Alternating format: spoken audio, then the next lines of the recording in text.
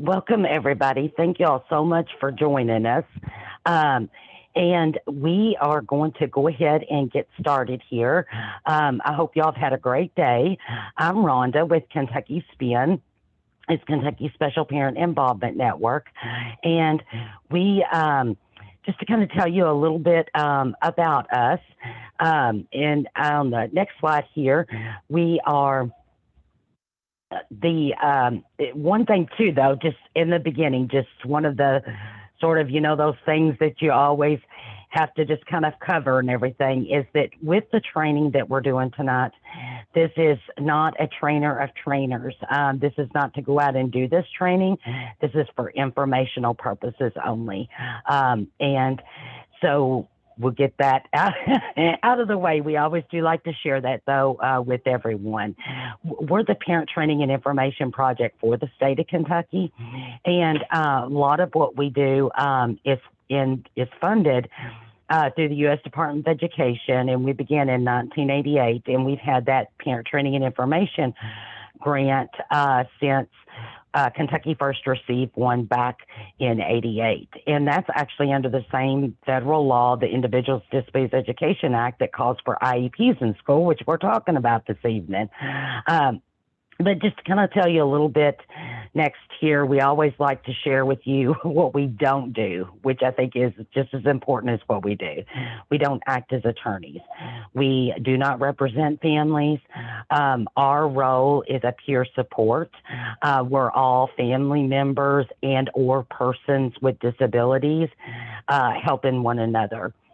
And really to empower one another, provide information, resources, and that peer support, which is we know is so important. One of the things I'll tell you a little bit about myself is I'm one of 5 kids. 3 of my siblings have disabilities from the seen to the unseen, and they all had IEPs in school. Smarter than I could wish to be. And I also am the proud foster adoptive mom to the greatest gift of my life. And so I'm going to let Amber have the honor to present with Amber tonight. So Amber, would you like to share a little bit about yourself?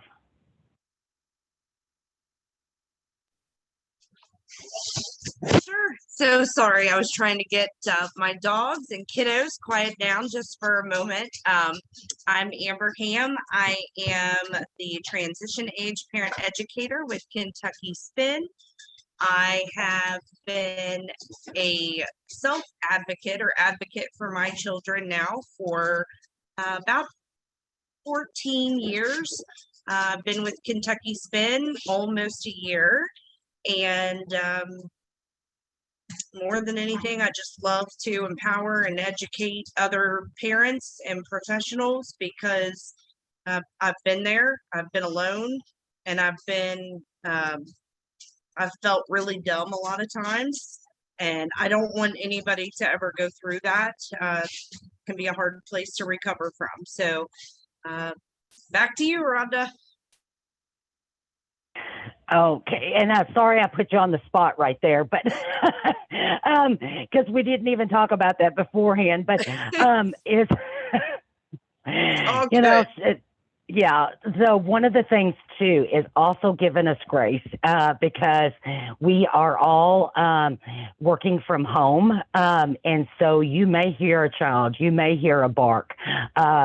Just know that you're just like family then, okay? So if you'll give us grace, and if there's any technical things that are going on, I've got some wonderful people on here with me with Kentucky SPIN. Everybody's monitoring stuff. If you have questions, if I'm not sure if it will let you on here to unmute or not, but certainly through the you can if you have any questions. There's a questions box or the chat. We'll use that as well.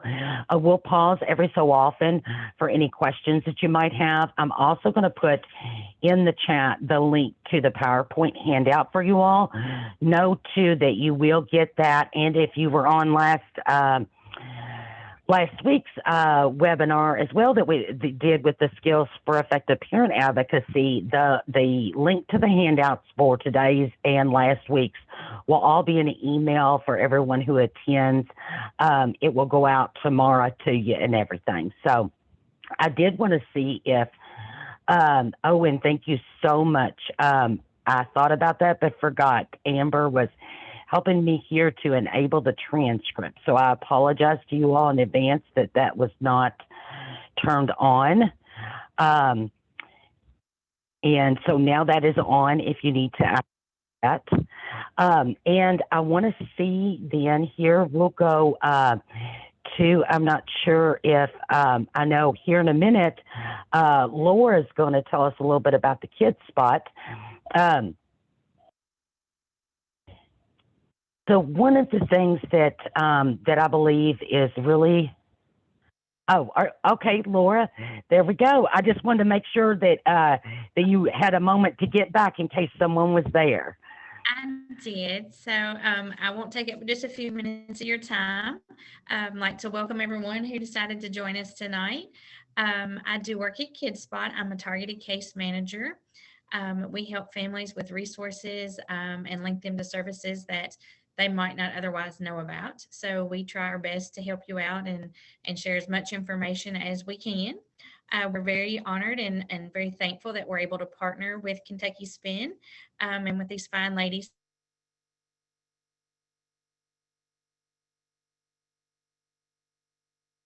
I think we lost you unless it's just me. I can't hear her either. Laura, Yeah. we're having a hard time hearing you. KidSpot. We are an outpatient pediatric facility. We have 6 different locations. We are in Campbellsville. We're in Bowling Green, Somerset, Elizabethtown, Louisville, and Grayson. We do speech, occupational therapy, PT, mental health, behavior services, case management.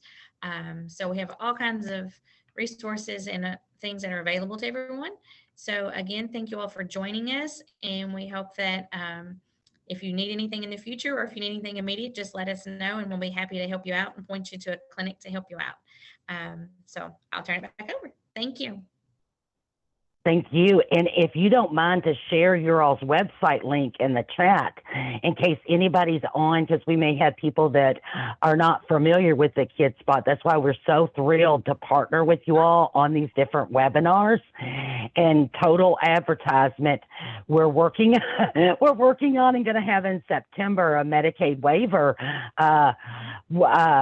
webinar that's offered too. So we're partnering again in September, and I'm so excited. We're finalizing the flyer on that, and we'll get that shared with everybody too. So I'm excited and grateful. Yes, me as well. Thank you. Thank you. And I am going to, because I do live in the middle of nowhere, going to turn off the video as we kind of step through this. But please feel free to ask questions. We want this to be what helps you best as we sort of step through this.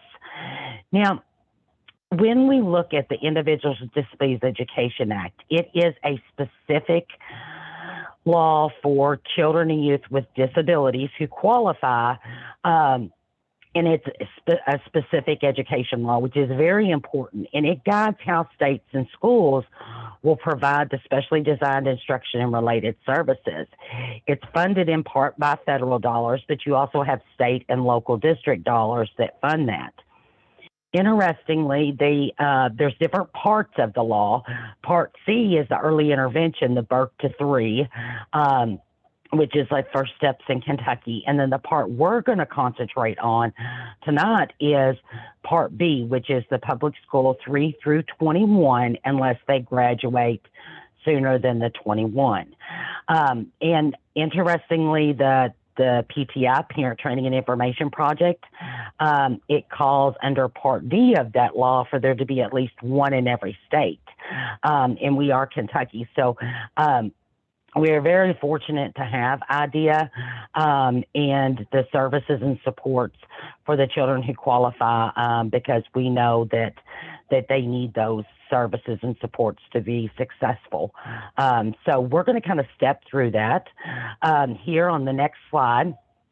I am a visual person, and you're going to see that throughout. So a lot of times, many people may think that, well, if a child has been diagnosed with a disability, you know, it may be through a medical provider, from someone that would automatically qualify them under IDEA and for an IEP, and that's not necessarily the case. I always like to look at, I love the big umbrella here, because if you've ever heard of 504, which is the Civil Rights Law, you may have heard 504 Plan or ADA, Americans with Disabilities Act. Those are federal too. But you see, like under this picture, you have a lot more children who would qualify and be covered under that than you do IDEA. And just know that if your child qualifies for IDEA and has an IEP in school, they're also covered under 504 and ADA automatically. So there is no need, because a lot of times I'll be asked, okay, what should I have, a 504 or an IEP? Well, if a child would qualify for an IEP, then that is what they need to get, because they're still also going to be served by 504 and ADA. And it's a specific education law. 504 is civil rights law, and it is very specific in what it states and what is provided. So just know that, and I always love the visual there. And on the next slide here, we're going to see, because I do get a lot of times questions. So again, I love to visualize it. You've got IDF Section 504, the Rehabilitation Act, and ADA. Those are federal laws. Then you're going to have your Kentucky Administrative Regulations, KARA, which is your state laws. And then you have from that your local policies or procedures, which is your public school districts. Now, total side note, and the reason it says over here for children who attend Kentucky public schools, I'll explain that a little more here on the next slide. It's important to know that if we go back just one more, sorry, I was misleading there, Amber, is always keep in mind that your federal always overrides or supersedes your state or local policies and procedures unless they go above and beyond in favor of the child, or, and this is the big if, and, or but, they let the state or the local districts decide, right? So just always kind of keep that in mind. Now, on our next slide here, you'll see for our families who are our military families at Fort Knox and Fort Campbell, the military bases in Kentucky. If you are one of our military families and your child attends school on base, it does not follow the structure that it does on the previous one where you've got your federal, state, local. It is your federal, which is IDEA, and then DODES, the Department of Defense Education Activity. And so it's important to know that because there are specific guidelines and regulations that are set up and guidance that we could help you with all of this. But I always like to point that out, especially if we have any families on here where their child attends school on base. On the next slide here,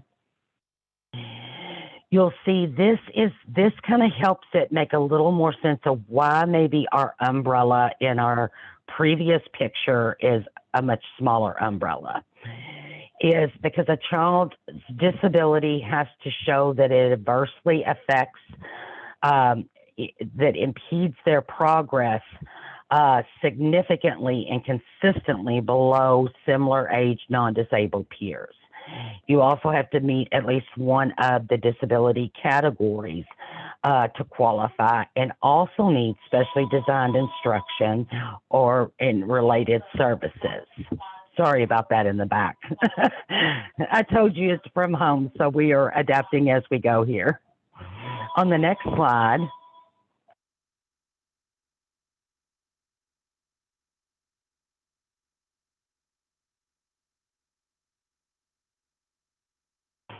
some key principles to know and to keep in mind is that with that, there is the free appropriate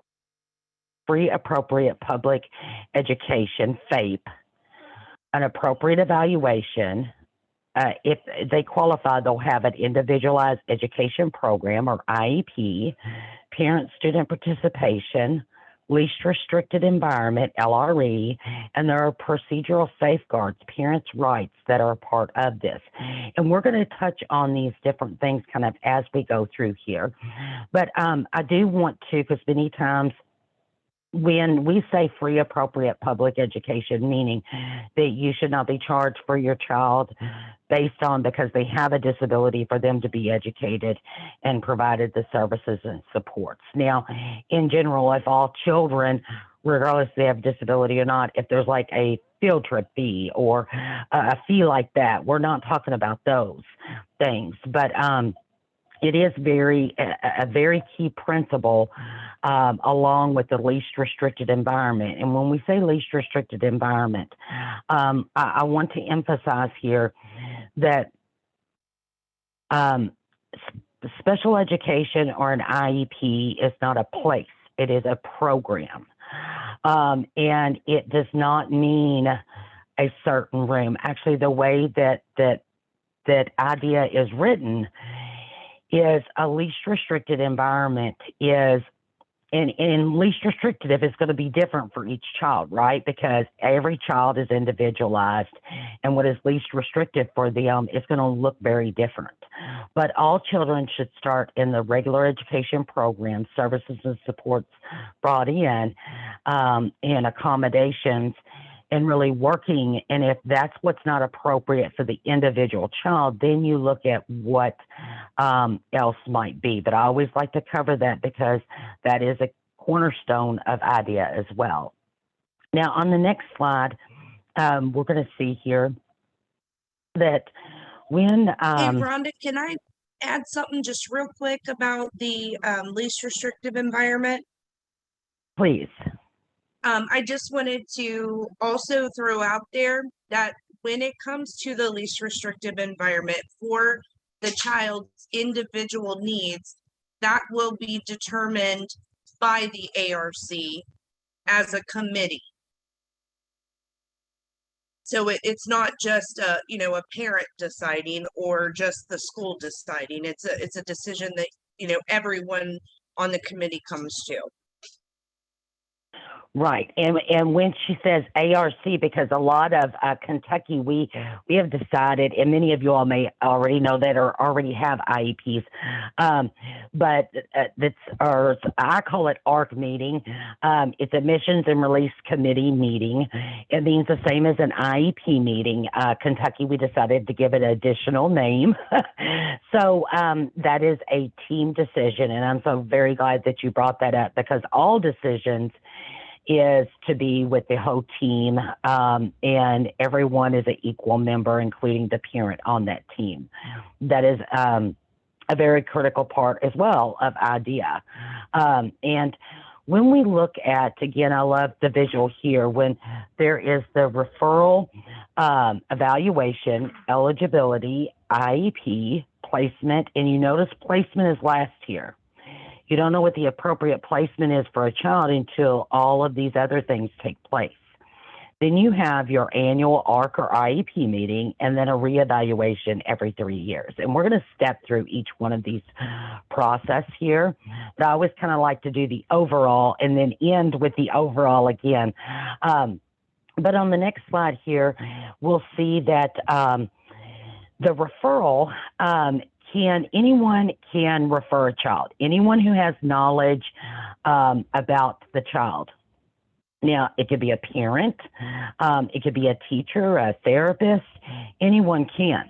Now, with this, in anyone who suspects that the child may have a disability can make the referral. Now, what's important here is to keep in mind that a child cannot be evaluated until parental consent to evaluate is signed. And sometimes parents are not aware of that, but it's going to be very critical. So if you refer your child to be evaluated, you want to get that parental consent signed as soon as possible, because from the date of the signature of that, the school has 60 school days to have that evaluation done by. Now, you'll notice here at the bottom where it says Kara in the section. If you'll remember earlier, sort of, and this is a real life example I wanted to kind of give you all, is in IDEA, you remember I said the federal law always overrides or supersedes the state or local policies and procedures unless they go above and beyond or let them decide. So when IDEA was reauthorized in 2004, prior to that, it did not have a time frame in place for the initial evaluation to be completed. As you can imagine, that's not good. We need some type of, time frame. Kentucky went above and beyond and had in its KARA, Kentucky Administrative Regulation, 60 school days from the date of the parental consent. Now, when IDEA was reauthorized, IDEA included and put in that 60 days, which would be calendar days, the evaluation had to be done by, unless the state had already put a time frame in place. And so that's why in Kentucky we go by that. Now, for our military families whose children attend school on Fort Knox or Fort Campbell on base, in it is 45 school days from the date that you sign, and they call it the parent permission to assess form. So it's really critical to it's not just enough to refer a child. We always recommend, and I believe on the next slide here, we even show an example, is that request the referral in writing. You can verbally request it, but we always suggest to do that. And you're going to have a link to a sample letter, and there's also, even in the resources at the end, other sample letters, because I love samples, that you can use. And it's going to be important that you also, in this letter, request the parental consent to evaluate immediately so that you could get that signed so that we could start the process. Because we know the fewer days that go by, the sooner, if a child qualifies, that they have those services and supports, we know that they're going to do better the sooner that they have those. But we always like, and there's a lot of different resources if you need the sample letters and links to different stuff. We do have that as well that we could share. On the next slide here, Rhonda, we're going to can talk I about. mention one more thing real quick? Yes. So I do think it's important for us to say, if the family does request for an evaluation and say it's at the end of the school year, how does the days work? Would that flow into next school year or through the summer? I just want to be able to clarify for the families so that they would know. Yeah, so when we say school days, that's only school days. It doesn't count the weekends, summer break, anything. So if you sign the parental consent the last day of school, that would be one day. Your days would not start counting again for the 60 school days until you started back school the next year. So it does not count summer break, holiday breaks, weekends, any of that. It's actual school days. And so that's really important to keep in mind. That's why it's so critical. The sooner you can sign that, the better that it will be to get that. So it won't take place if typically I've not seen that it will take place when school is not in session. That's it. Rhonda, Yes. can you also touch just a little bit on the fact that requests for evaluations can be denied, and kind of just a little bit about what that may look like? Yes, and that's one of the things here, and just a little bit, but I'm so glad that you had brought that up, because if that's part of the parental rights too that we will go over. If a referral is denied, there is a process that you can use for that.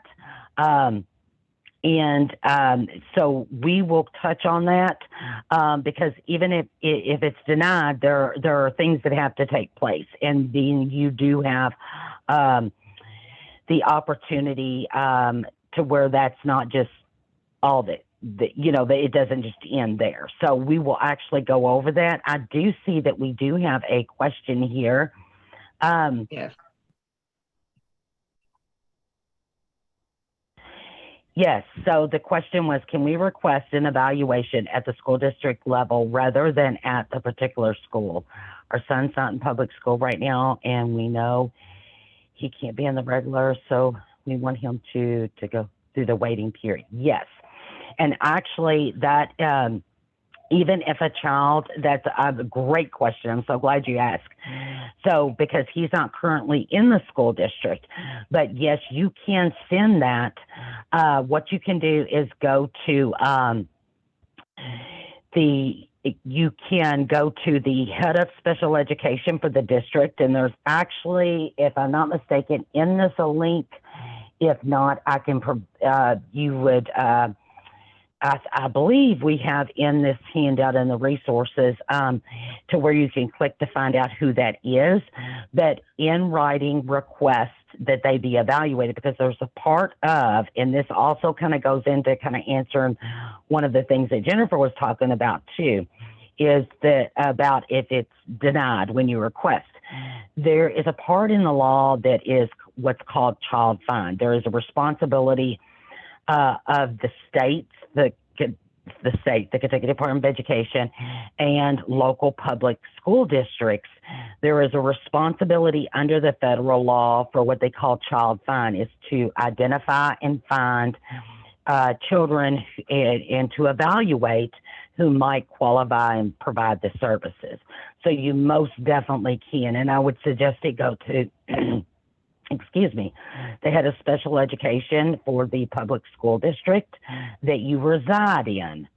It's important that it is where you reside, and request that evaluation, and you would do the referral just the same, but you send it to the head of special education for the district. I hope that helps answer that. Please let me know if you have some more questions about that.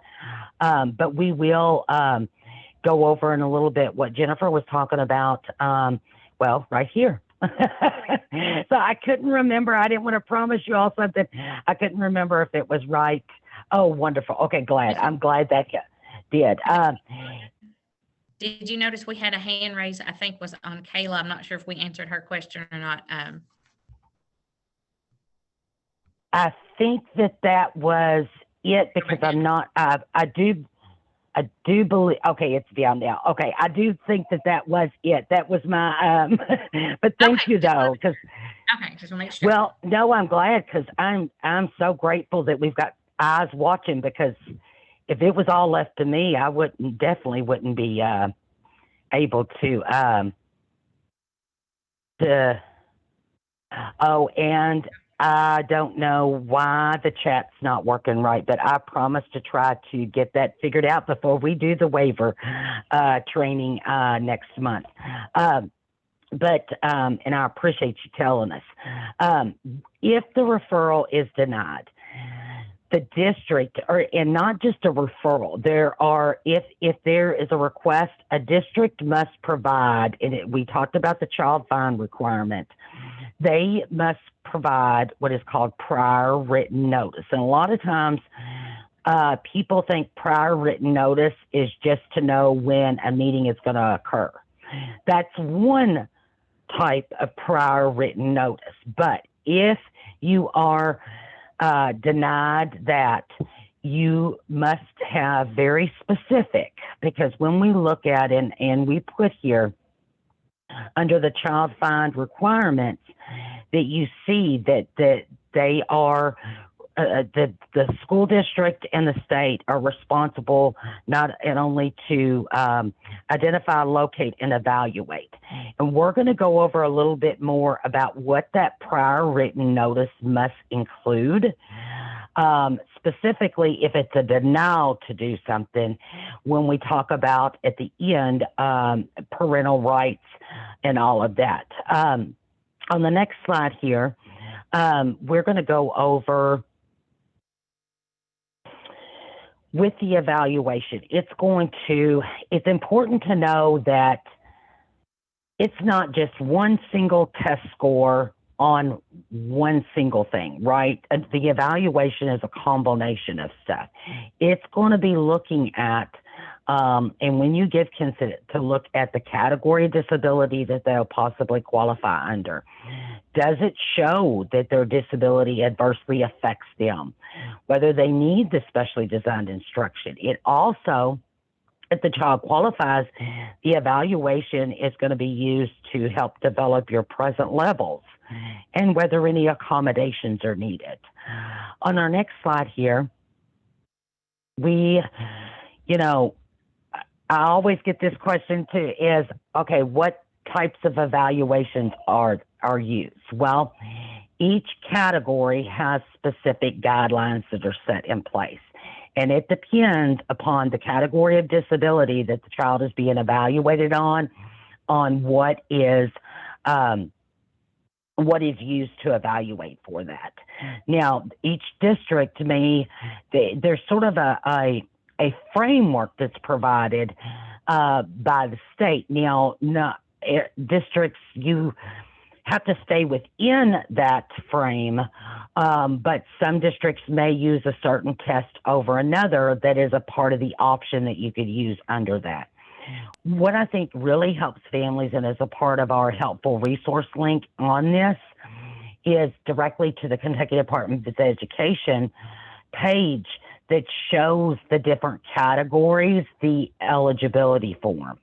So if you go look at that eligibility form, you are going to see what's actually being looked at for that disability category. And I think it's very helpful to see that And as Rhonda, well too. does the child have to have a diagnosis in order to be evaluated under that category?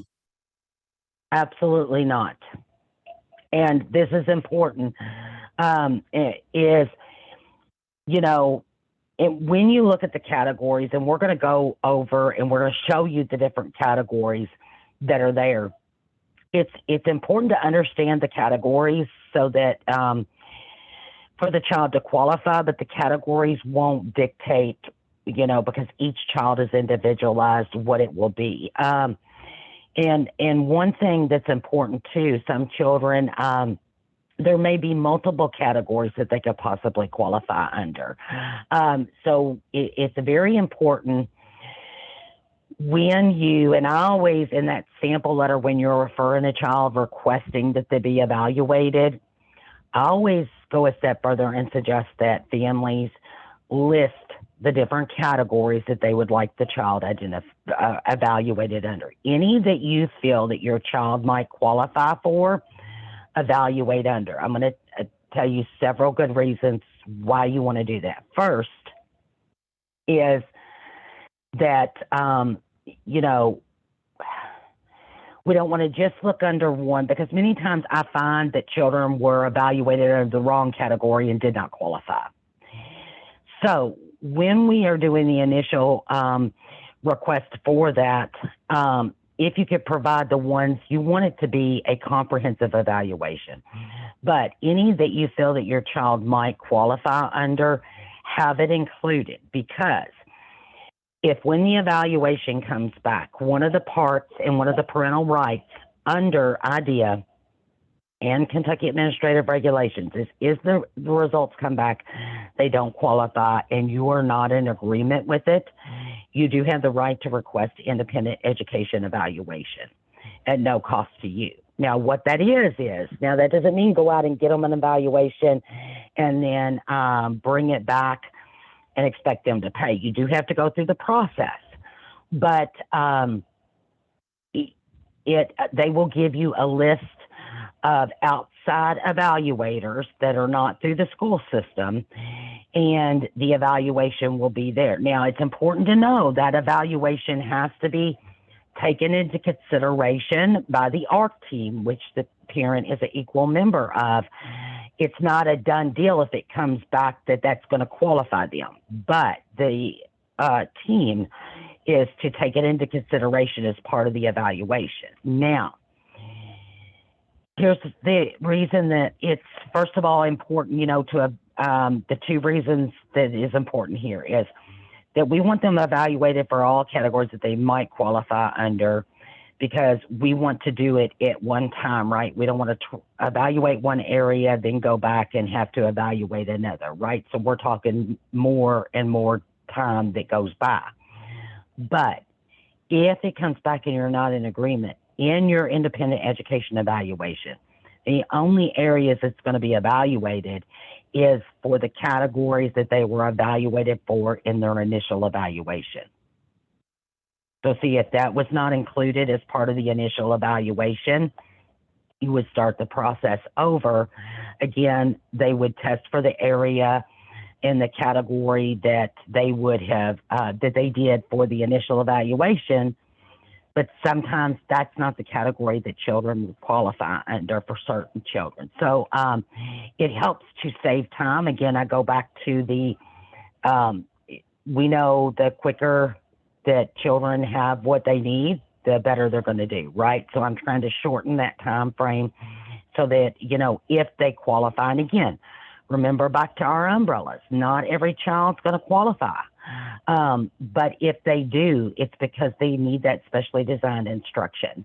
On our next slide here, we're going to go over the categories. So you may wonder, well, why do you have listed the IDEA and the Kentucky administrative ones? Pretty much they're in line. Now, this is another one of those real life examples. If you look the fourth down, in 2004, when IDEA was reauthorized, the federal category, you see where it says emotional disturbance. Behavioral used to be a part of that.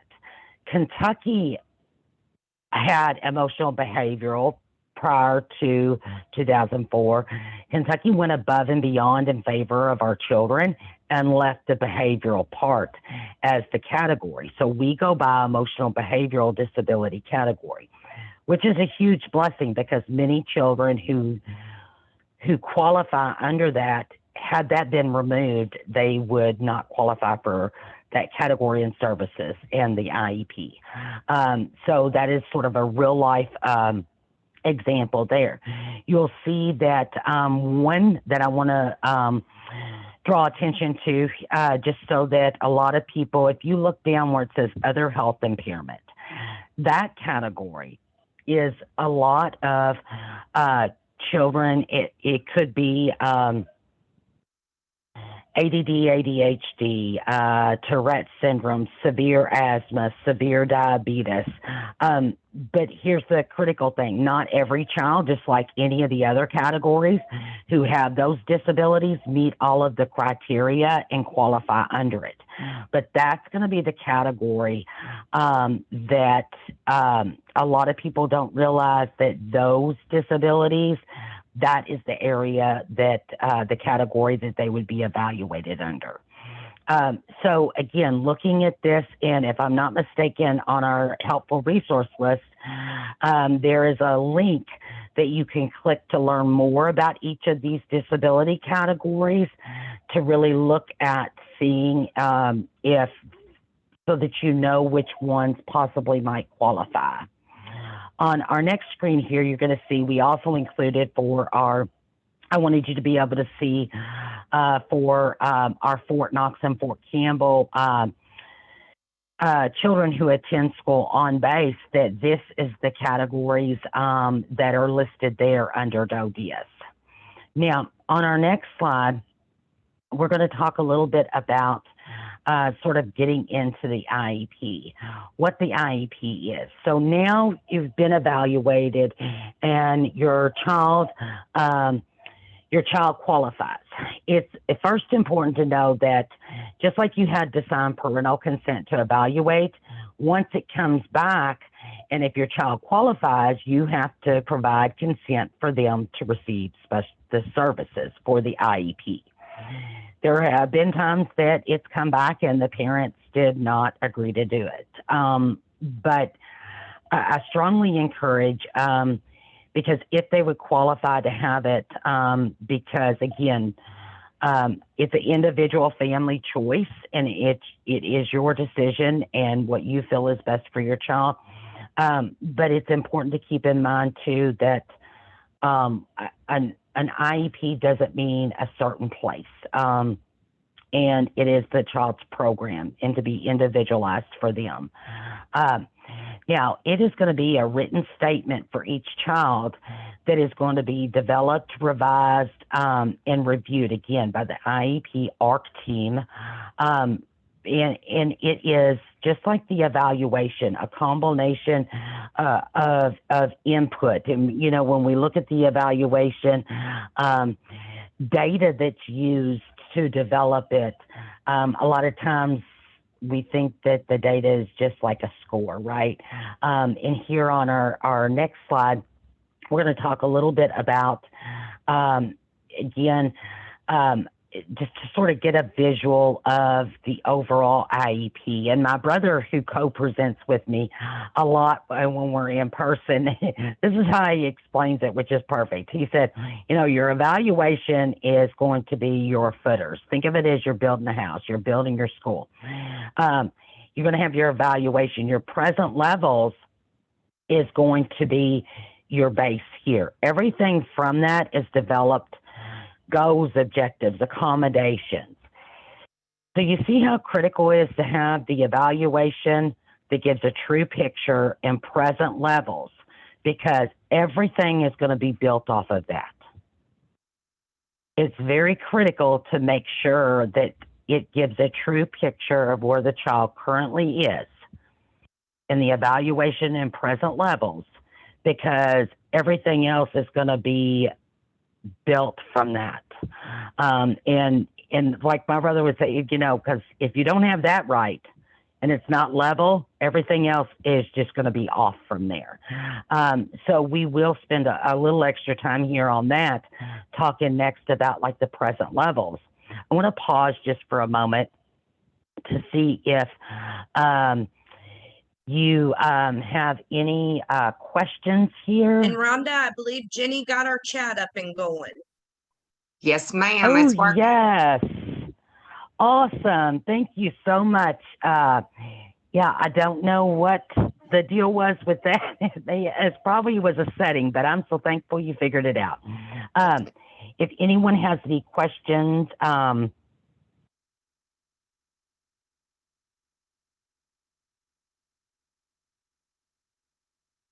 we'll keep an eye on that and just kind of let us know here. Now, when we go through, here on the next slide, the IEP requires that there be a statement of the present levels of academic and functional performance, in how the disability affects the child's involvement and progress in the general curriculum. Excuse me. I think it's really important to concentrate on that. It is not just present levels is not just academic achievement. It's functional performance, because all of those things, it's not just a letter grade. All of those things play a role in the child being educationally successful and how their disability may affect their progress in different areas. So we're going to look here on the next slide at some of that, things that are going to be really critical. And in the present levels, or PLOP, which is a lot call it, they are developed by the ARC team, giving an accurate picture, and it'll set the stage what's addressed in the IEP. Because if it is not in the present levels as an area that they are not, that they need assistance with, it is not going to be addressed in the IEP. You're not going to have goals and objectives. You're not going to have accommodations that address it. So that's why it's very critical to spend extra time on your present levels and making sure it gives a true picture. So on the next slide, when we look at the different areas, you want to look at communication, academic, social, emotional, transition needs, functional vision and learning media assessment, if that's needed, health, vision, motor, abilities. And you may look at, and looking at intelligence. And this is what I think is very important, because all of our children, regardless of the disability, regardless of the severity of the disability, all of our children are smart. And all of our children have huge gifts. It is just as important when you're looking at present levels to make sure we identify and also concentrate on the gifts and their strengths as we do on the areas that they need some help on. Because our children are no different than us. I use my strengths every day to help with my weaknesses. You need to know those and to concentrate on the positive as well. Yes, we need to know the areas that they need help in, but those strengths are really going to help you hone and help them to succeed in the areas that they may be struggling.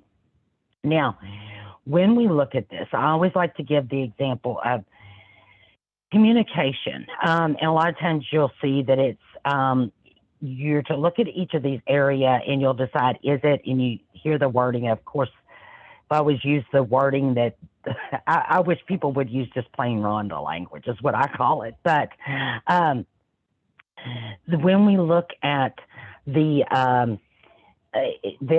look to see, and as the team, you will look to see, are they commensurate, meaning are they at the level with their similar age peers? Now, we know that every child's at a different level, and especially when you look at each different category or different area with the present levels.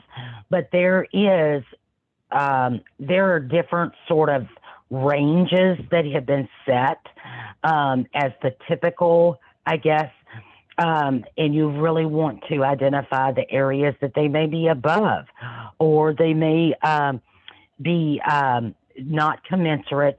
It may be below the grade level in that certain area. The example of the communication that I feel is important with the communication skills. Communication affects every area of a child's life, but then also their school success. It's going to affect their academics, their social, emotional, their transition. Every child needs a way to communicate. Now, that doesn't mean for all children it is by using words, right? There are all different ways to communicate. But what's critical here is that, first of all, we identify what it is. They have a means to communicate. Everyone understands and can communicate through that method with them. That's the big piece that sometimes that I don't see that's there, because we've got to ensure that everyone can communicate using the method that they communicate. Because if not, no matter what they're how they're communicating, it's not going to, no one's understanding and or communicating back to the child. And they could take various forms. It could not, it could be just, not all children, they may be able to verbally say things, but they're not able to get it out. That's an area of communication that they have difficulty with communication. So we need to make sure that under each of these areas, it gives a true picture of where they currently are. On the next slide here, and I do see the question here. I'll hold on just a moment, and I will go over that in just a second.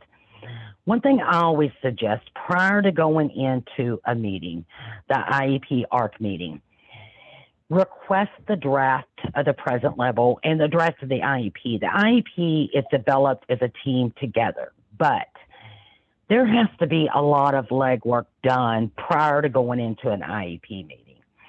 So ask for that present levels of performance that's been drafted. Also, too, is any evaluation that's been completed, request those evaluation results in advance, because that gives you time to sort of step through it. And if you have any questions, or if you feel that there are areas that aren't listed that are strengths that need to be, or areas of concerns, you can go into the meeting more prepared, and kind of know where things are. Again, it's a draft, but I would request that.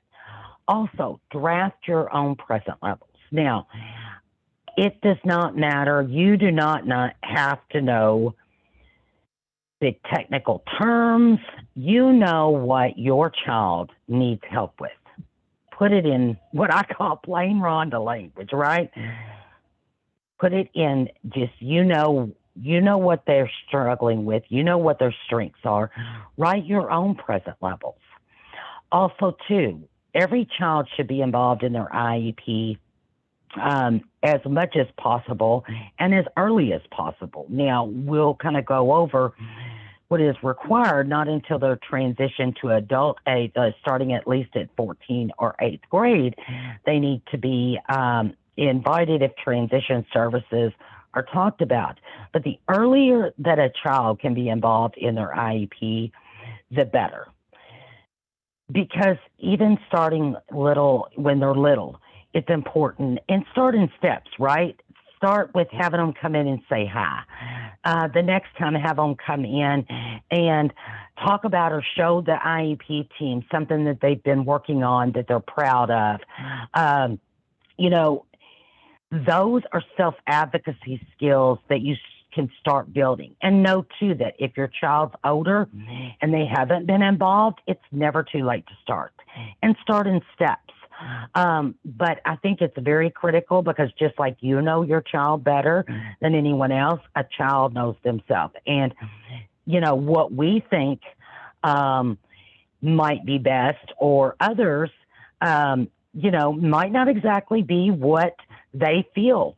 When talking with a child, if they're not there and involved, talking with them with what do they see, because we want to go in with the present levels with what we see, and also what the child sees that they may have some struggles with or need help with, or what they're doing really well.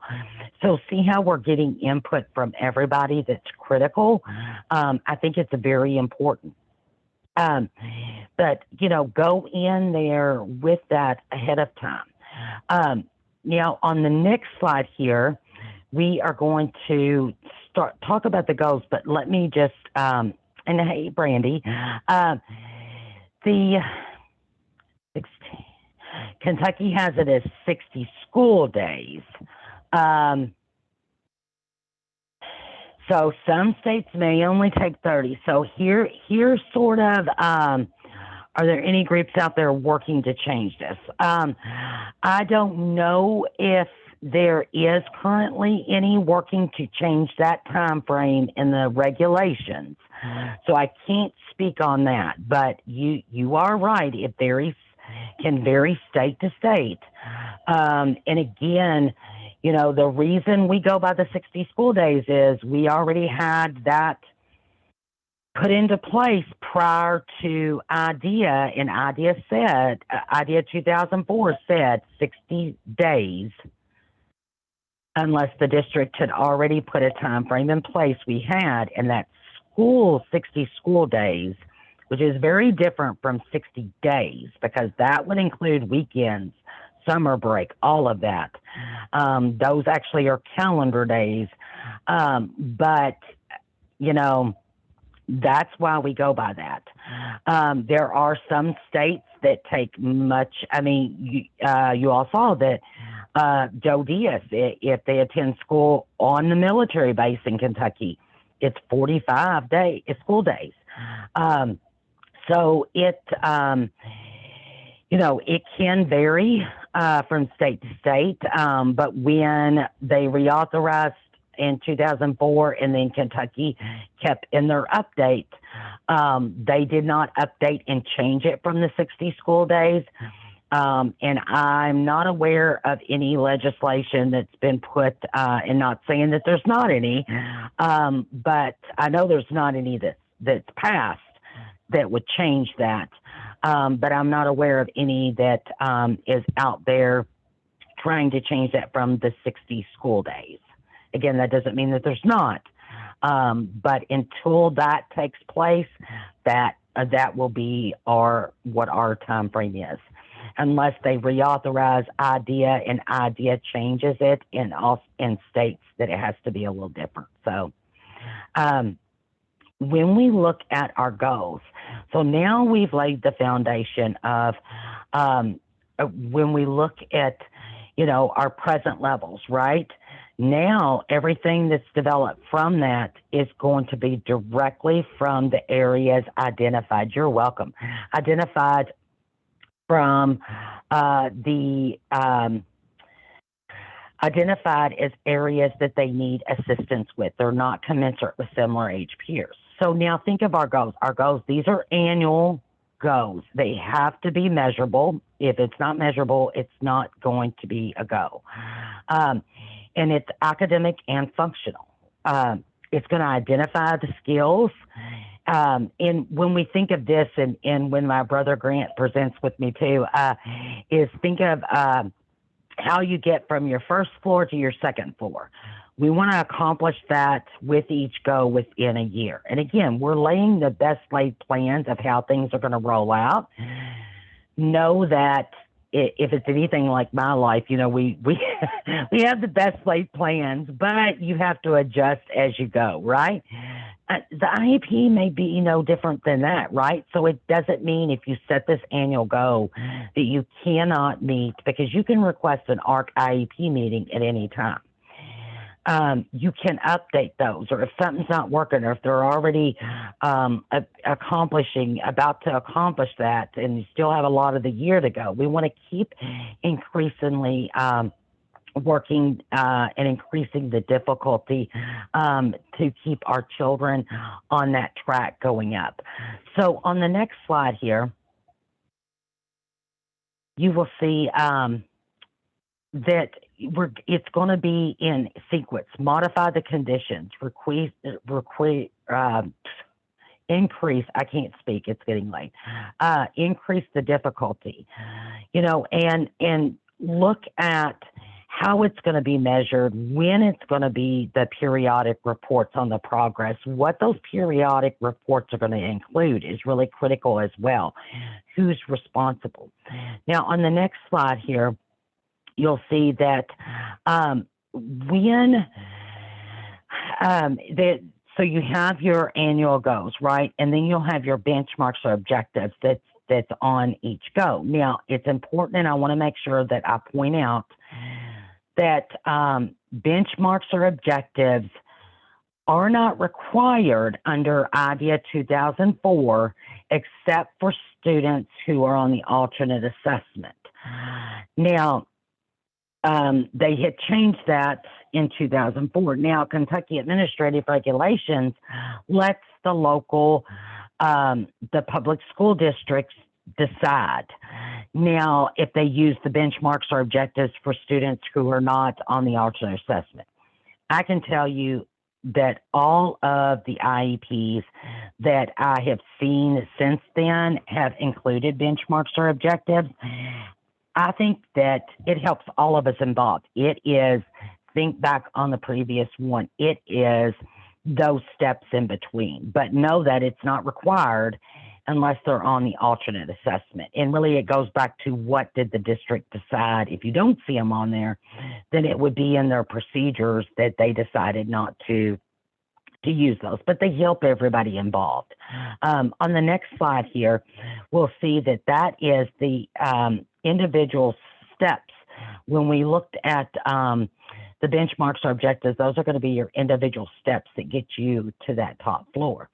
Now, when we look at IDEA, it does require that there be a statement, the special education and related services, supplementary aids aids and services that are going to be provided. A statement of specially designed instruction, and it's important to know that specially designed instruction has to be provided by a qualified special education teacher. It can't be a paraprofessional. It can't be a regular education teacher. It has to be a special. It has to be someone qualified in special education to provide that, and that's really critical. And one of the things I think that Amber is going to take over right now, but I want to just make sure that nobody has any questions right now before I hand that over.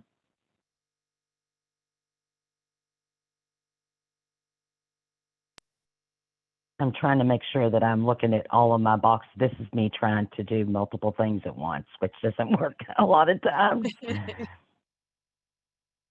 So if you don't, but let me know, and we'll be keeping a monitor here. But Amber, why don't you go ahead and take it away from here? Thanks, Rhonda.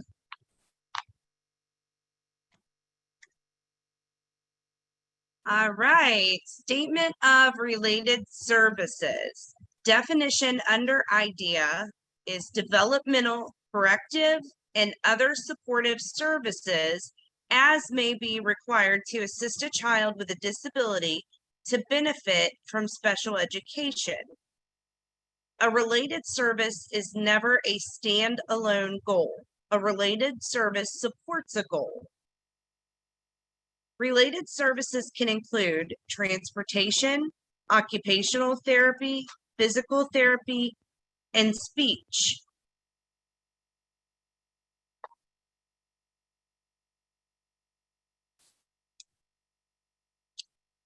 Examples, including but not limited to, communication device, transportation, occupational therapy, physical therapy, speech therapy, suctioning, assisting in developing positive behavioral strategies.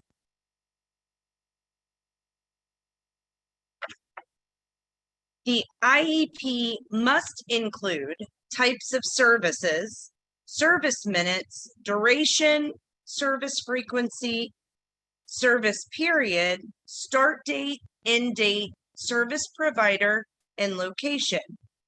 An example of this would be occupational therapy or OT, 15 minutes, one time per week, starting October 1st, ending September 30th of the following year. So when we start that, it would be, say, October 1st of 2022, ending September 30th, 2023. Occupational therapist in resource room. So all of the things that I had just stated above, type of service, service minutes, duration, service frequency, service period, start, end date, service provider, and location. All of these need to be listed. It's very important. So when you're viewing your child's IEP, if you notice that they have everything except where this service is going to take place, make sure that you are bringing that to the attention, because you'll want to know how they're getting it, where they're getting it. Is it going to be in a separate area? Will this special education teacher be co-teaching in a general education classroom? So it's extremely important that all of those things are listed. Accommodations, including but not limited to readers, scribes, paraphrasing, reinforcement and behavior modification strategies, prompting, cueing, use of technology, manipulatives, braille, interpreters, or extended time. Individualized accommodations are put into place to help learners at risk and students with special needs to have success in their IEP or academic program. Modifications. Usually a modification means a change in what is being taught to or expected from the student.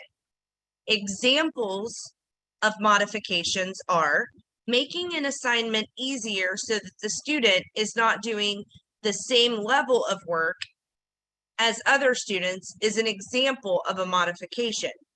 Shortened assignments.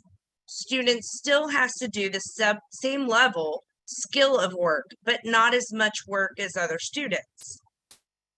And accommodations is a change that helps a student overcome or work around the disability. Example, allowing a student who has trouble writing to give his answers orally is an example of an accommodation. This student is still expected to know the same material and answer the same questions as fully as other students, but he doesn't have to write his answer to show that he knows the information. And when you're going through the IEP process, it is okay at any point to stop and ask for clarification, because sometimes modifications and accommodations can get confusing. So don't ever feel like it would be a bad question to stop and just ask for clarifying information of what would be a modification for your child versus an accommodation.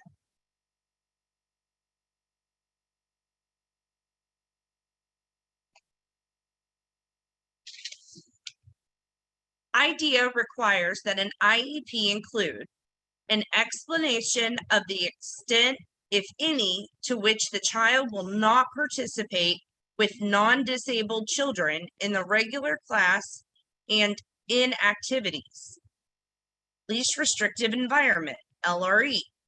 To the maximum extent appropriate, children with disabilities are educated with children who are not disabled. Removal from an inclusive setting with non-disabled peers only when education with the use of supplementary aids and services cannot be achieved satisfactorily. Placement is not decided until the end of the ARC meeting. It should be determined after all information has been discussed.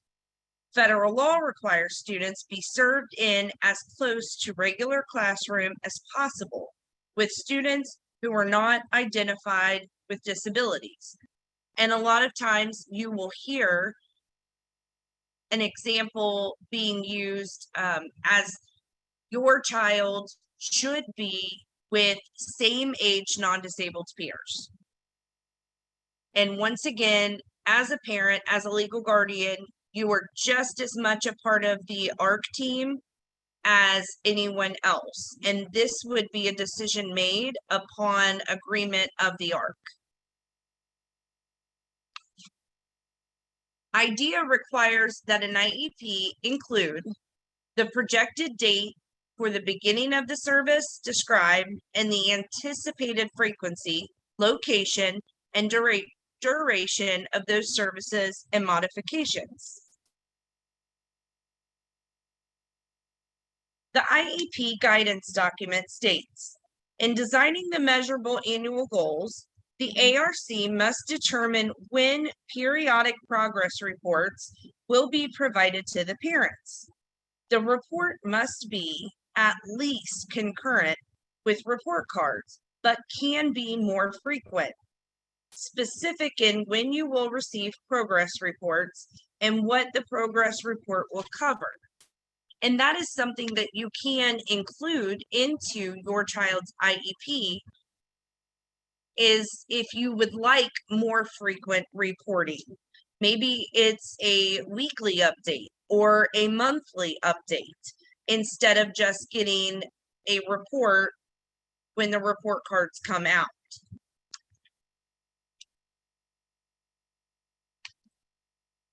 IDEA requires section 300.324, review the child's IEP periodically, but not less than annually, to determine whether the annual goals for the child are being achieved.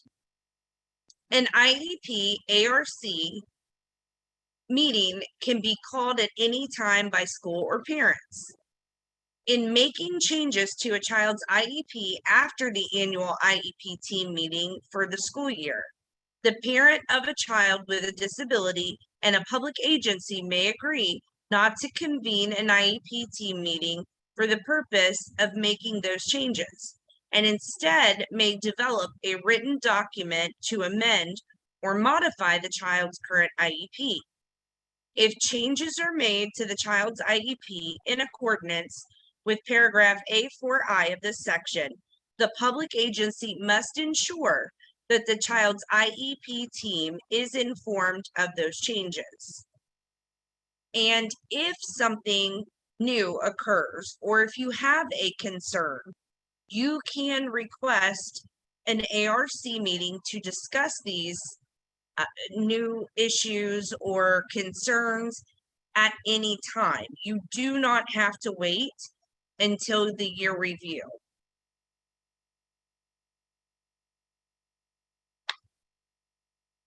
If it is a part of the student's program, it needs to be in writing in the IEP. Anyone should be able to look at your child's IEP and be able to implement their program. The IEP ARC meeting summary needs to be an accurate account of what occurred in the meeting. Anytime that you finish an IEP meeting and at your request, asking them to read over or hand you a copy to read over of the minutes that were written during the IEP meeting is very important, because there may be things in there that you don't feel were depicted accurately. It could be something small or it could be something large, but as the parent of this child, you should be given the right to put any kind of concern or appropriate writing in the minutes summary at the IEP ARC meeting. What if the IEP conference summary is inaccurate or has missing info? Prior to the meeting ending, have summary read back. If anything is missing or recorded wrong, request it be added or changed before the meeting ends. If the meeting has already ended, then in writing, provide what needs to be added or changed to the summary. Ask that changes be made immediately and all members to be provided with an updated copy. And one thing that we say all the time in our world is, if it isn't written, it never happened. So this is the parent's opportunity to make sure that their voice is being heard in those minutes. If it's not in there, if it is important to you, definitely speak up, write that email, let them know of the change that you would like to be made. But the most important thing is to put it in writing. The special education cycle: consent, evaluation, written IEP, placement, annual IEP review, and three-year reevaluation. Most of this cycle must occur at least once a year, with the exception of the 3-year reevaluation. In some cases, the school may not need another full evaluation to redetermine eligibility.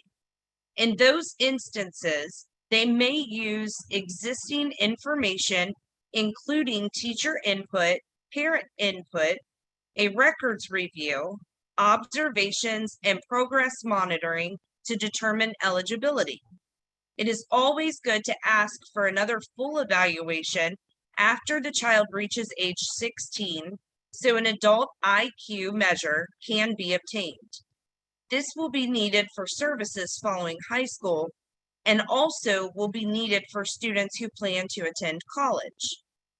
A reevaluation is an evaluation that happens after your child's initial evaluation. A reevaluation isn't the same as an annual review of your child's IEP, which happens every year. Nor is it just additional testing. A reevaluation is a full-fledged look at your child's needs. There are two types of reevaluations. The first is a 3-year reevaluation. The second is a parent or teacher requested reevaluation. Under IDEA, a child may be evaluated only once per year, but that leaves room for you to request a new evaluation for many different reasons. Your child wasn't originally found eligible and he's still struggling. It's possible that when your child was first evaluated, he didn't meet the requirements of the IEP. After a year, if he is still struggling, you may want to request a new evaluation. You can do so even if he's already receiving supports or has a 504 plan. There are new areas of concern. When your child is first referred for evaluation, the school notes the areas he was struggling in. For example, if your child was evaluated because he was having trouble with reading, the testing may have focused on dyslexia. But maybe once he received supports in reading, it became clear that he struggles in other ways too. He may have writing or attention issues. If so, it's appropriate to ask for a new evaluation to look at those areas as well. The information from a previous evaluation was incomplete. It's also possible that your child's initial evaluation didn't address all the areas it needed to. For instance, perhaps you learned your child has ADHD and the school put in place accommodations to help him focus.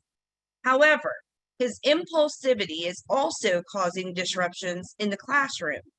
If a behavior assessment wasn't part of the original evaluation, you may need to request a new evaluation to get one.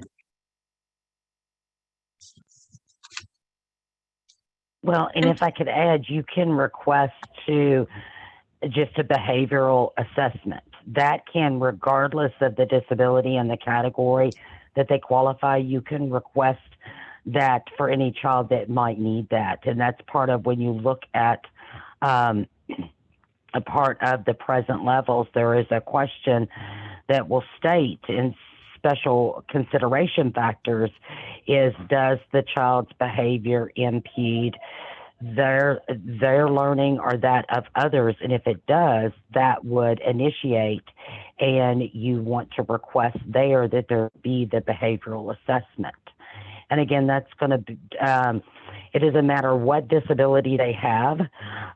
Again, you can request those things. And two, that a lot of times it's important, like Amber's saying about, if there are areas that we need to have a reevaluation, but know that too, if your child is having trouble with the attention, paying attention with certain things, the things that would come along with the example of like with the ADHD, that would be very important, even if you're having a reevaluation done, to also in your present levels, make sure that that is addressed and put in the present levels as a concern, not the disability, but the things that are associated with that is occurring that is causing them difficulty. Does that make sense?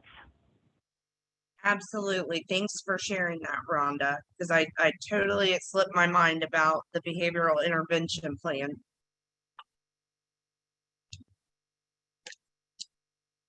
And lastly, with placement, decisions must be made on an individual basis by the IEP team.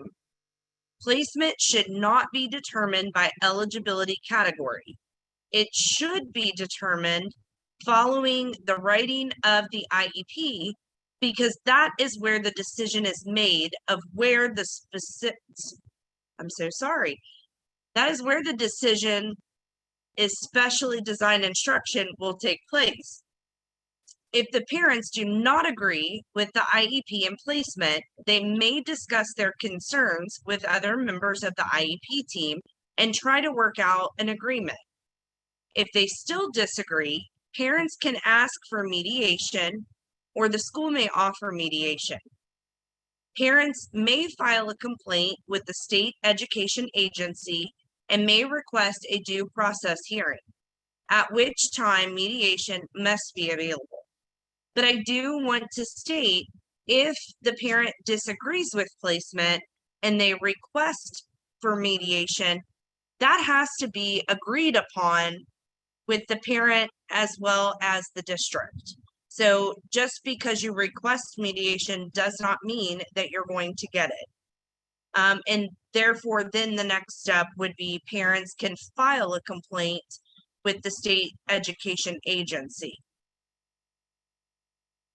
Always, always, always put these in writing. And remember our saying, if it is not written, it never happened or it doesn't exist.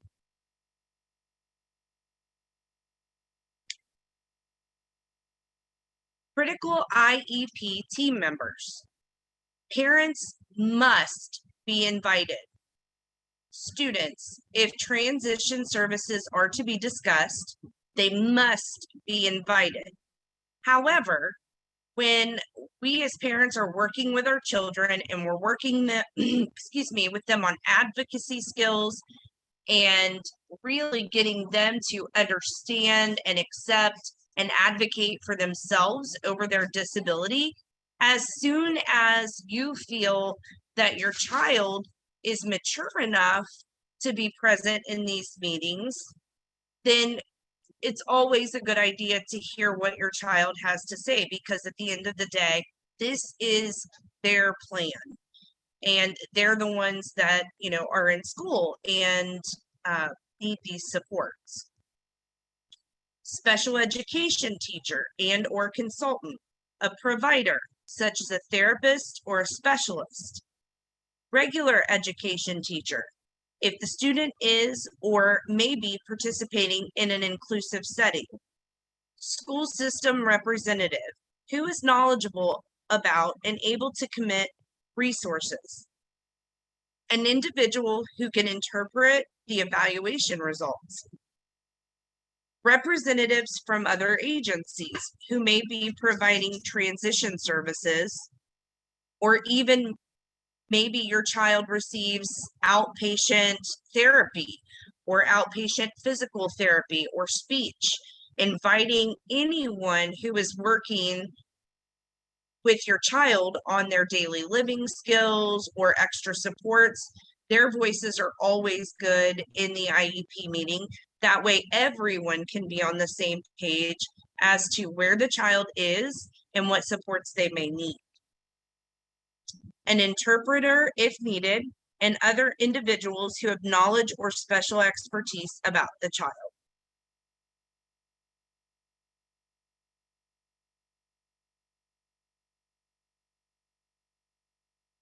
Parental participation is critical. Parents have information about their child that is important to share. And this is something that I just love to make sure parents understand. You are the expert of your child. Your child is the expert of themselves. But when you're walking into an IEP meeting and you are faced with several quote unquote professionals who are experts in different areas, yes, they are experts. It could be in special education, or it could be an expert in physical therapy, or an expert in speech therapy. However, don't discredit how important you are as the parent, because you've been with this child. You know this child, and you are the expert on how this child is, how they behave, what their fears are, their likes, their dislikes, and you bring valuable information to the table. It is not required. An IEP meeting can take place without the parents present if the school has tried numerous times to get the parent to participate and has been unsuccessful. Participate in decision-making and development of the IEP. Identify strengths and needs. and monitor progress. Parents will receive prior written notice with proposed meeting date and time in advance, so that the parent has the opportunity to participate in the child's education program. And just as I was saying a moment ago, bringing that valuable information, being the expert of your child, if you can't make the date that was originally sent to you because of work, another meeting, something's come up, don't hesitate to write several dates or even 2 to 3 dates that you could make a meeting and different times, so that at least you are working with the school and giving information back. Because as we heard on the previous slide, they can move forward with the IEP meeting without you present. So trying to work with the school and having that open communication is only going to benefit the child. So under 707 CAR, Individual Education Program, Section 4, Parent Participation, an LEA shall ensure that one or both of the parents of a child with a disability are present at each ARC meeting or are afforded the opportunity to participate, except for meetings concerning a disciplinary change in placement or a safety issue. An LEA shall provide written notice to the parents of a child with a disability at least 7 days before an ARC meeting. And if a situation arises that is very important and you need to get that meeting as quickly as possible, as the parent or guardian, you do have the right to waive your prior written notice in order to have a meeting in 2 days or 3 days. So you don't have to have the 7 days if you don't need them, but the law says that the school shall at least provide 7 days before the ARC meeting. It is important parents respond. Once again, the meeting can take place without you. If the school has tried and documented failed attempts to get the parental involvement. If the dates and times proposed don't work, respond with a few days and times that would work for you. We will do a deeper dive into prior written notice in just a few slides. Alternative participation. IDEA 2004 for administrative placement or IEP meetings, such as video conference or conference calls.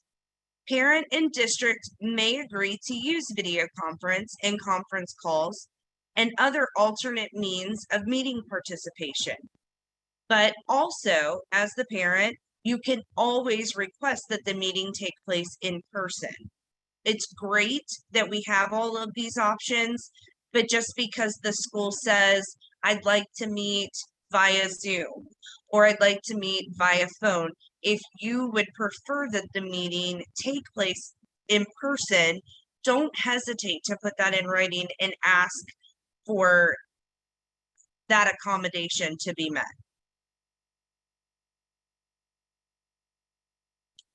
The IEP is not a lesson plan. The IEP is a legal and binding living document.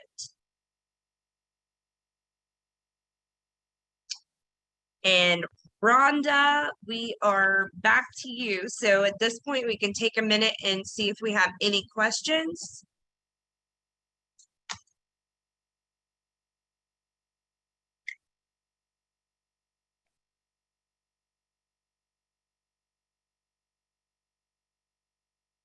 I'm not seeing any.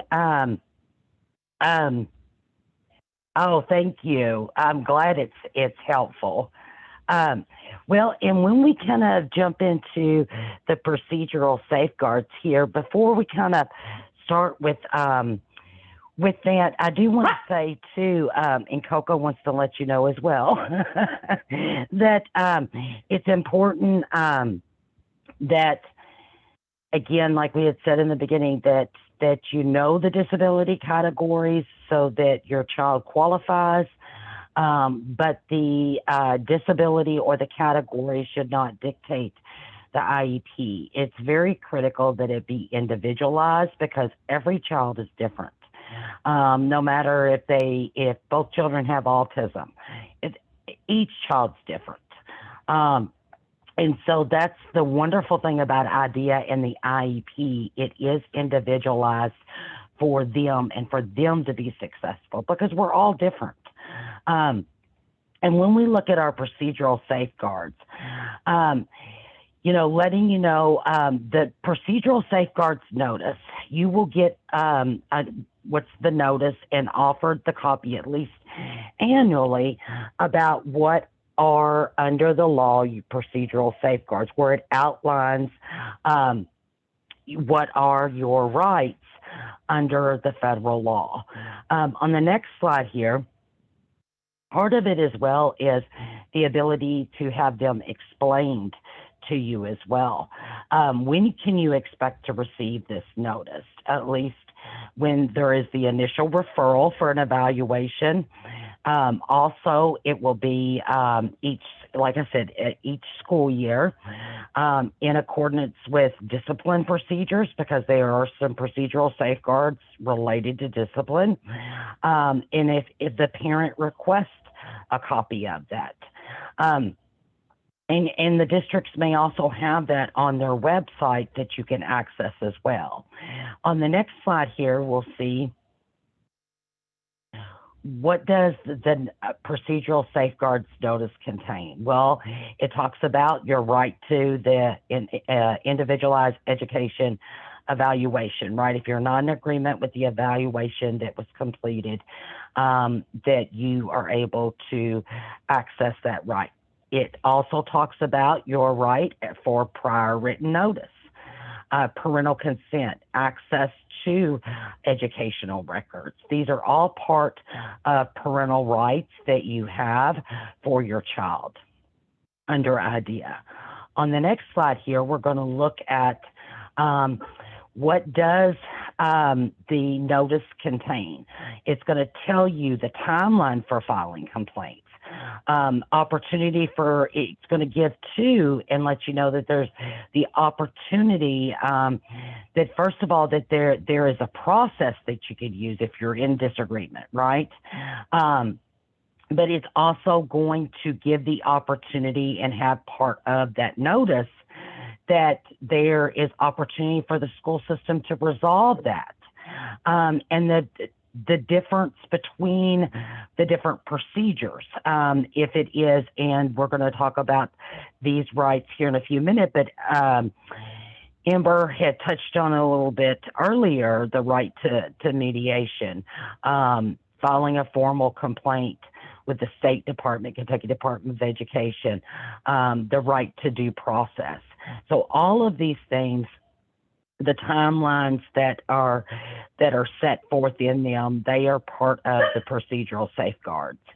And on the next slide here, we're going to see the notice, the availability of the mediation, child's placement. If you're not in agreement, if you're not in agreement with their placement, there can be stay put while there is a due process complaint going on. And again, now that is if it is, I do just want to make sure that I mention if it is because of behavior or threat of harm, those are some different situations. Again, we can help step through those if those are the individual situations, because a lot of it too, it depends on different factors. And let me just say that not just with procedural safeguards, but for any part of the law, there are a lot of, because every child's different, every situation is different, and it depends on the different factors that are included there. Now, when we look at also not just the placement, but also the right to the hearing, and what, and trust me, you hear Crystal in the background, she just thinks she needs some attention. So just so you all know, she is quite all right. But it sounds pretty pitiful. But the right to file such actions that you have there in attorney's fees and all of that. So when we go on to the next slide, we're going to see the thing that I love that's also included in this, because when you get, and if you saw the procedural safeguards, it's a lot of times it's in the tiny print, or of course, you know, I always joke with people, and I'm like, okay, don't make me have to break out a dictionary. It not only is to be provided, but in an understandable language where we can all understand it, right? Because I don't care who you are. If it could be in plain language, we can all understand it better. And especially when you're talking about laws, yes, it's important to know key terms that are in it. But a lot of times it is like speaking a foreign language. And so having that explained to you, and having it in, if you speak a different language, if English is not your first language, having those procedural safeguards in your native language, having it explained. And it's not just, you know, one of the things sometimes, you know, having it, it may not be in written form that everyone understands it best, right? I'm a visual person, so visuals help me. So depending upon, it can be said, and that's why it says here, the notice can be translated orally. People can say it. However, that is the best mode of communication for a parent, that can be used. And I think that's critical, because the procedural safeguards, it has the parental rights and the process outlined in it for different things. And it's critical that we all have the opportunity to understand it and see how it applies for our children. On the next slide here, you're going to see the prior written notice that we talked about. Remember, there's the prior written notice, like that Amber had said, you know, at least the 7-day prior written notice for IEP ARC meeting.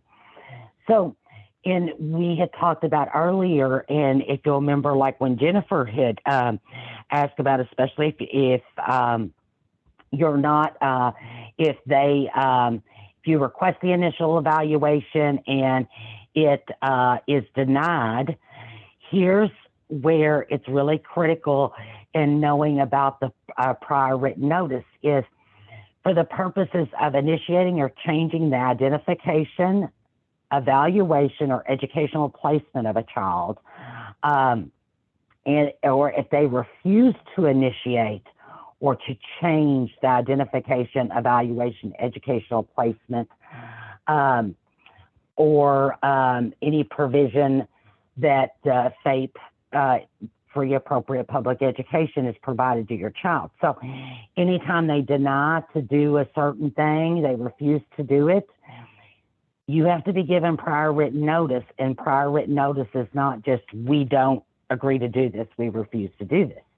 It has to be very specific in that they're saying that they refuse to do it, why they're refusing to do it, to do the proposed or to take the action, describe the evaluation procedure, assessment records that it backs up why they are doing it, and include a statement of the procedural safeguards under Part B that if you're not in agreement with them denying it, which will be part of the thing that we are talking about here in just a second, your right to, even if they give you this prior written notice and tell you why they're not going to do it, that you have the option to not agree with that, right? And that you have some parental rights that you can access. The resource for them, they need to include resources for you to contact to help in understanding Part B of IDEA. Describe any other choices that could be considered or reasons why those choices were rejected in a description. So it can't just be as prior written notice, no, we refuse to do this. It has to be very specific in why, what is backing up that decision, and also too, even if they provide that, if you're not in agreement with it, then what it would be your next step. And I think that's very critical to know and to have. And a lot of times too, it's important, and we'll just use the example of if you request for the initial evaluation and they deny to do it, and so they provide you the prior written notice of the refusal, why they did it. And the reason that I brought up earlier about the child find responsibility under IDEA, then part of your procedural safeguards that you're not in agreement, it is the responsibility, and what then I would suggest that you could reply back to their denial is that they are required under child find activities to evaluate, identify, and provide the evaluation for a child. So see, that is very critical to provide back to them, because that is a requirement that they have to do. And so that, and I'm glad that Jennifer had brought that up earlier. So there are different areas in resolve that you can take to try to get that accomplished. Now, on your next screen here, you're going to see, so dispute resolution, which part of that is, through, on the next slide, after I talk about this for a minute, you'll see the other parts that's part of the parental safeguards. We first suggest talk with the person directly that you have a dispute with, whether it be that why they didn't agree. Many times you can talk things out, right? That you don't have to go to the next level. If few amount of steps that you could take and get the result that you need, the better things will be, right? When I say that though, know that you have the opportunity that you could take any step necessary that you feel. Now, we always recommend going in these steps, but at any point you can go to the other without doing that. But many times they're going to ask you, have you tried to talk with the person? Have you tried, they're going to ask if you've attempted these things first. So when, if you talking with them, you don't get the resolve, involve the principal or the counselor at the school. And this could be a dispute on anything that you're not in agreement with, and especially when it's a child with an IEP, making sure, request the ARC or IEP meeting to discuss the concern. If you don't get resolved there, contact the head of special education in your school district. And here is the link there that you can access. And so I wasn't lying in the beginning, because it is there. So especially when you had asked about having the initial, someone had asked it earlier about if they're not in the public school system, who would you contact? If you're not sure who the head of special education is, you can click on that and go to your school district, and then you can find them in that list. Now, on the next slide, you'll see the examples of the rights, and Amber had explained some there too. You do have the right to request mediation. Now, with mediation, no one's going to come in and solve the problem for you. It's an impartial person. They're not coming in to side with you or to side with the school. They're coming in to try to help to mediate. A lot of times this will help because it would help because sometimes it helps if there's someone who is not directly involved in the situation, come in and help you all try to come to an agreement. Now, when we look at this, what will occur is, again, and I believe Amber had said it earlier, is that both you and the school have to agree to it, because if you don't, it's not going to do any good. So what's going to occur is that there is a form that will be filled out from the school district, and if you agree, it'll be sent to the Kentucky Department of Education, and an impartial mediator that is not anyone that is from your district or surrounding area will come in and mediate. And again, it is a written binding agreement that you come up with. Now, it doesn't mean if you go to mediation that you give up your right to file a state complaint or due process, but when you look at, you do have the right to file a state complaint. And it will be investigated by the Kentucky Department of Education. And then there's also the right to due process. That is through the court system. And again, as few amount of steps as possible that you have to take to get the resolve. I think that the better that it would be. Again, know that these are rights that you do have. But and only you would know best. And again, it's individual choices on what you feel is appropriate. But many times you don't have to go all the way to the top one to get the resolve that you need. But know that those options are there and available for you. Now, on the next slide here, I think Amber's going to kind of go over a little bit. We're getting towards the end here.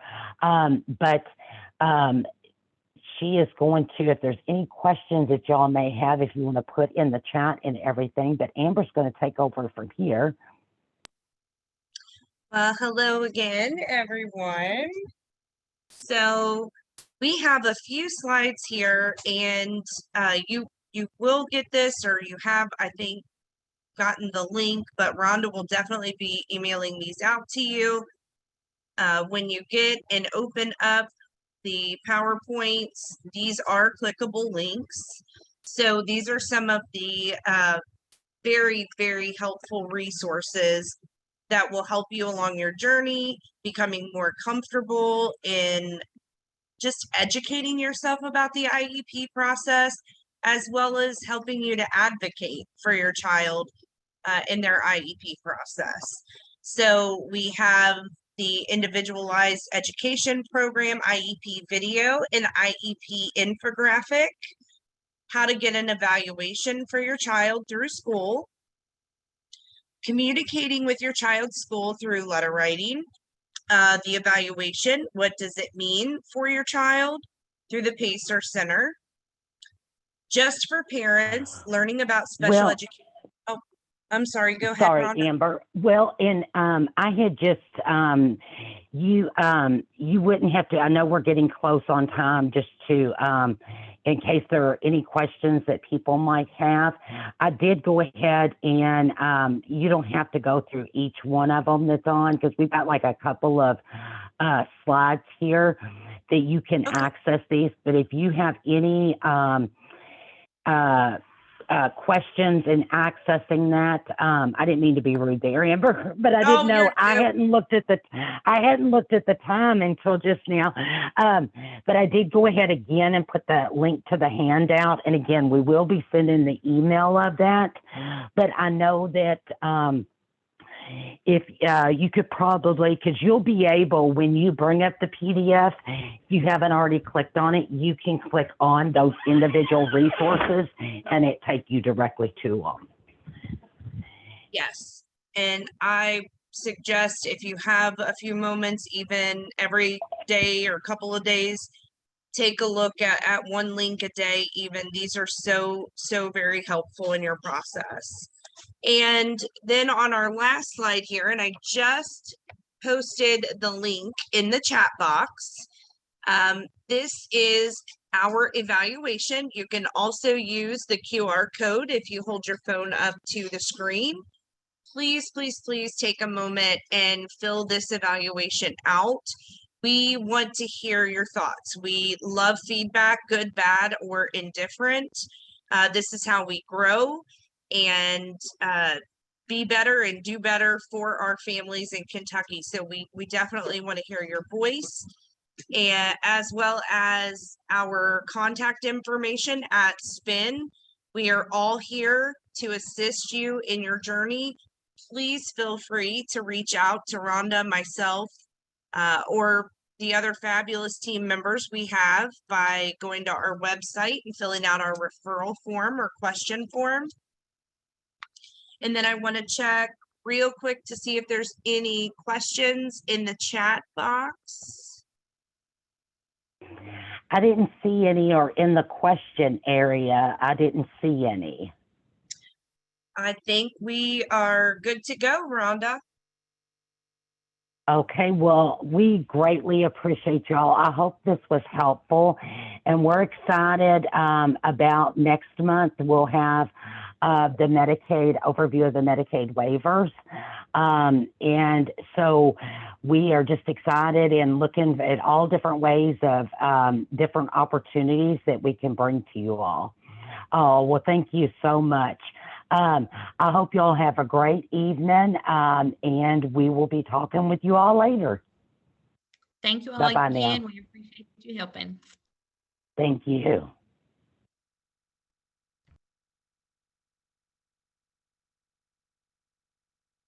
Oh, thank you so much for sharing. That is wonderful.